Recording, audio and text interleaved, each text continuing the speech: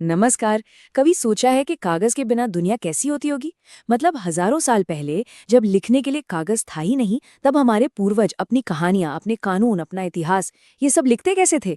आज हम इसी मजेदार रहस्य से पर्दा उठाएंगे। चलिए समय में थोड़ा पीछे चलते हैं।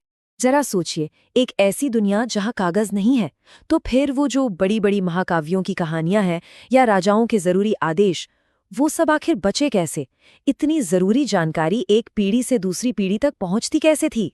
यही वो बड़ा सवाल है जिसका जवाब हम आज मिलकर खोजने वाले हैं। देखिए, इस सवाल का जवाब ढूंढना किसी जासूसी कहानी को सुलझाने से कम नहीं है। हमें अतीत में जो बिखरे हुए सुराग हैं ना, उन्हें एक एक करके खोजना पड़ता है और फिर उन्हें जोड़कर एक पूरी तस्वीर बनानी पड़ती है। और हाँ, इस दिलचस्प खोज का एक नाम भी है। इसे कहते हैं पुरातत्व, या इंग्लिश में कहें तो आर्कियोलॉजी। ये एक ऐसा विज्ञान है जो हमें मिट्टी में दबे इतिहास को पढ़ना सिखाता है। ये जो पुरातत्वविद होते हैं ना, वो सिर्फ पुरानी चीजें नहीं खोजते, बल्कि उन चीजों के जरिए उस समय के जीवन को समझने की कोशिश करते हैं। उनके लिए तो हर टूटा हुआ बर्तन और हर पुराना सिक्का समझ लीजिए अतीत की एक अनकही कहानी है। और इन सुरागों को समझने वाले जो माहिर जासूस होते हैं, उन्हें हम कहते हैं पुरातत्ववेत्ता।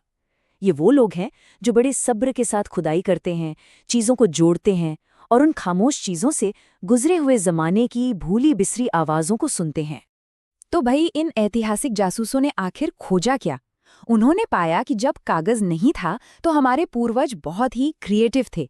उन्होंने लिखने के लिए अपने आसपास मौजूद हर चीज का इस्तेमाल किया, पेड़ों की छाल से लेकर पत्थर की बड़ी बड़ी चट्टानों तक। सच पूछिए तो उन्होंने प्रकृति को ही अपना कागज बना लिया था। चलिए देखते हैं कैसे।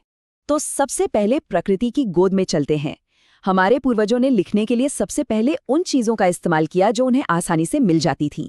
ये थे जैविक अभिलेख, मतलब पेड़ पौधों से मिली चीजें। हाँ, ये नाजुक जरूर थीं और इन्हें समय से बचाकर रखना अपने आप में एक बहुत बड़ी चुनौती थी। इनमें सबसे पहला और शायद सबसे मशहूर नाम है ताड़पत्र का। ताड़ के जो चौड़े और मजबूत पत्ते होते हैं ना, उन्हें खास तरीके से सुखाकर लिखने लायक बनाया जाता था। भारत के कई पुराने ग्रंथ और महाकाव्य हमें इन्हीं ताड़ पत्रों पर लिखे हुए मिले हैं, जिन्हें हजारों सालों से सहेज कर रखा गया है। अब अगर हम पहाड़ों की तरफ चलें तो वहां हमें मिलता है भोजपत्र। ये हिमालय में उगने वाले भुर्ज नाम के पेड़ की छाल होती है। कमाल की बात यह है कि ये छाल कुदरती तौर पर कागज की तरह पतली पतली परतों में निकलती है। ये हल्की होती थी, लचीली होती थी, जिस वजह से इसे लपेट कर रखना और एक जगह से दूसरी जगह ले जाना भी काफी आसान था।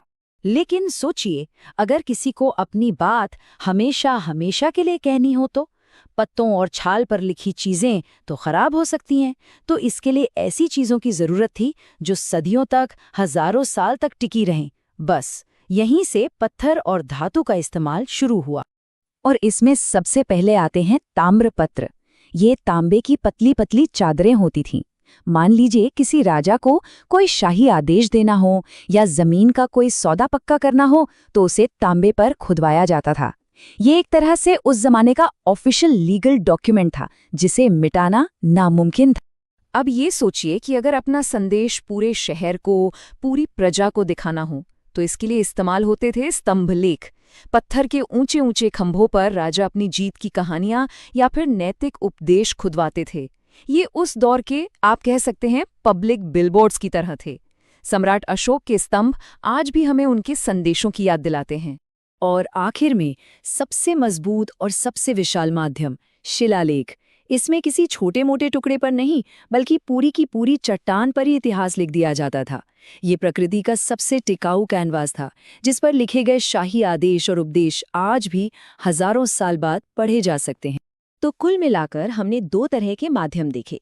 एक तरफ थे प्रकृति के नाजुक पन्ने, यानी ताड़पत्र और भोजपत्र, जो ज्ञान को सहेजते तो थे पर जिन्हें संभाल कर रखना बहुत मुश्किल था।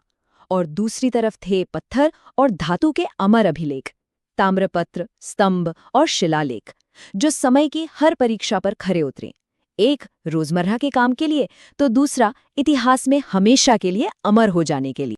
तो अब सवाल ये उठता है कि एक पुरातत्ववेत्ता इन सभी अलग अलग टुकड़ों को, जैसे एक पत्ते पर लिखी कोई कविता, एक चट्टान पर खुदा हुआ कोई आदेश या एक तांबे की प्लेट पर जमीन का कोई रिकॉर्ड, इन सब को एक साथ जोड़ता कैसे है? असल में वो इन्हीं सब सुरागों को मिलाकर अतीत की एक पूरी कहानी बुनते हैं।